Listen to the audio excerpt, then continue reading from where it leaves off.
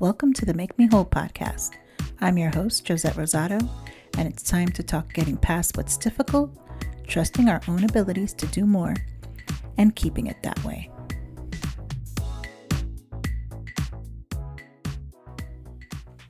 Welcome back. Thank you so much for being here today. I definitely needed to get into this topic because it's all over the news, and if you've ever worked with me or know about the populations that I serve, 85% of my clientele are immigrants or families and individuals from Latino backgrounds. And of course, I keep up with as many news stories and information that comes out about our immigrant population because they are truly part of the underserved here in the U.S. So when I heard the story of Ron DeSantis, governor of Florida, taking it upon himself to do what he did recently, I felt it was important to be informed. And since I have this wonderful platform of a podcast, I get to talk about how I'm feeling.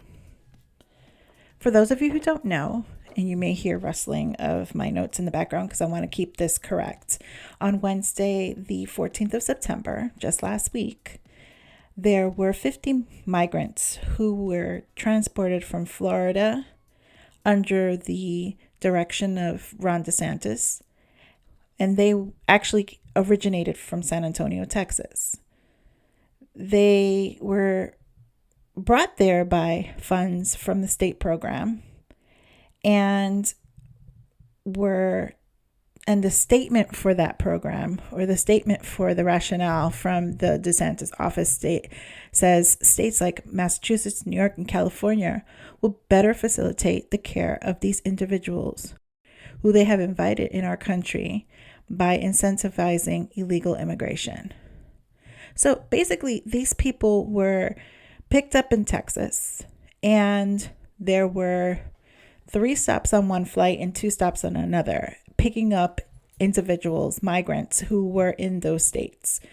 So basically, Texas to Florida, Florida to South Carolina, South Carolina to North Carolina, and then straight to Martha's Vineyard. See, these people were actually told that they were going to be going to Boston, not Martha's Vineyard. And there was this secret little plan where they were shipped to a place where they were told they were going to meet with local officials. They were also told that they would get expedited work papers. Now, these people are coming with no money. And if someone offered to help, of course, they're going to jump right on that, wouldn't you? But what really happened was just inhumane and very sneaky. They have no homes. They were told they were going to get homes. They have no jobs. They were told they were going to get jobs. Right now, they're staying at a church shelter while the local authorities and the nonprofit organizations in Martha Vineyard try to find out what to do.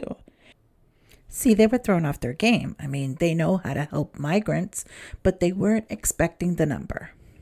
And it wound up that in that moment, they were caught off guard. Not to mention the migrants. I mean, they're confused. They literally got off the plane and said, "Where am I?" Another asinine thing that took place was that some of these people have appointments with immigration within the next couple of days. And they are more concerned that they are not going to follow the rules and do the right thing. They were set up with fake addresses in Washington, in the northern states, places that they don't live, places that they couldn't get to. And I feel like it was a tactic. It was a tactic to make a point. You know, so many people have thoughts about what this immigration or lack of an immigration system is all about. And I get it. There are so many people who find that their hopes and dreams can only exist if they come into the United States. But these aren't people who are looking to take away. These are people who are looking to give. These people don't want a handout.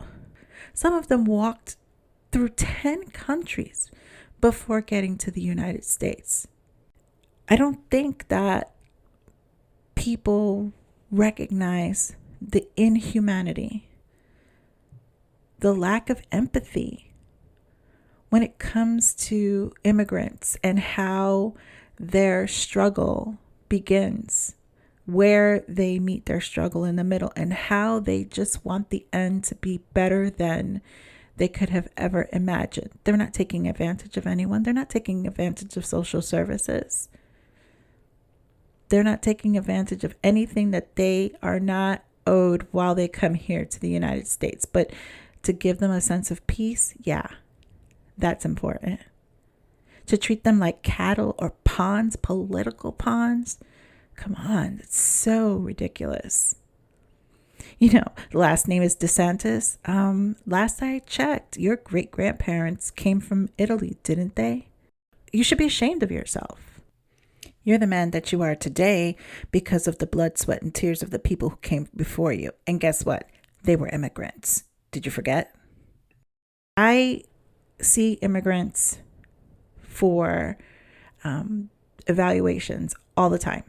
And these are not people who just showed up and expected something to be given to them. These are people who have stories of leaving their children behind, but knowing that they could come here and work and provide for those children who otherwise would be starving, taking care of their elder family members who have limited access to medical care without money in the country that they're living. They come here and they pay their taxes. Yes, immigrants pay taxes. Imagine that.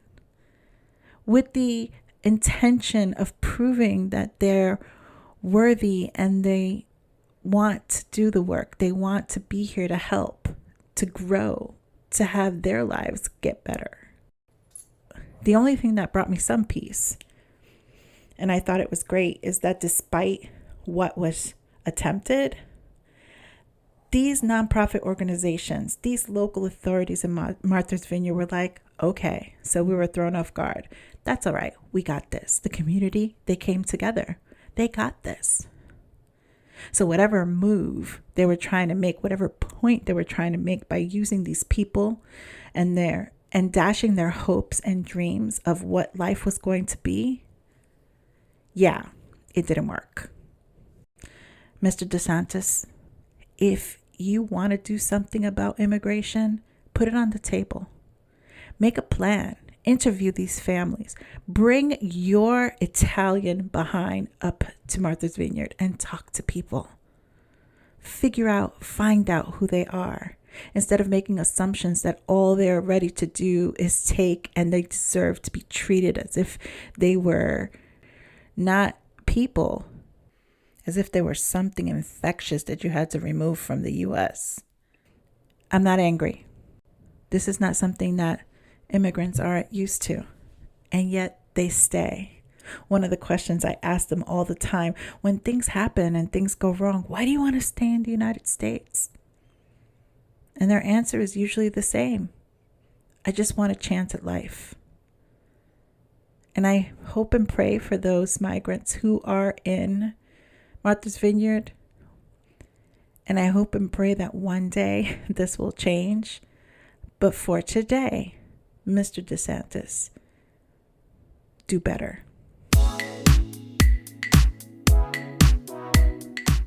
Okay, so I'm going to leave some names and numbers in the description of our podcast for today, just in case if there's anyone out there who would like to help the migrants up in Martha's Vineyard or here locally in South Carolina.